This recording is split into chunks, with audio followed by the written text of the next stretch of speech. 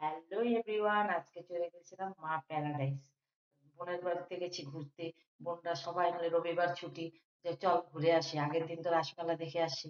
তা আমি বললাম চল। আর এত রোদ উঠেছে, মানে গরম, বিভৎস গরম।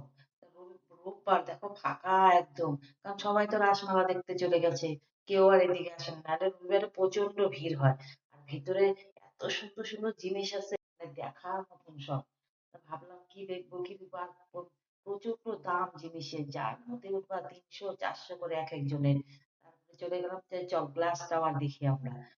নিচের থেকে তো গ্লাস টাওয়ারটা দেখতে দারুণ সুন্দর।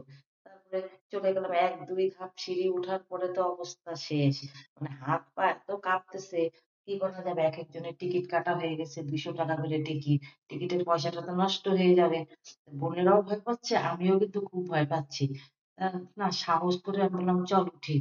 কিন্তু উপরে উঠতে পরে ভিউটা এত সুন্দর, তোমরাও যারা যারা না গেছো যাবে, দারুণ সুন্দর দেখতে।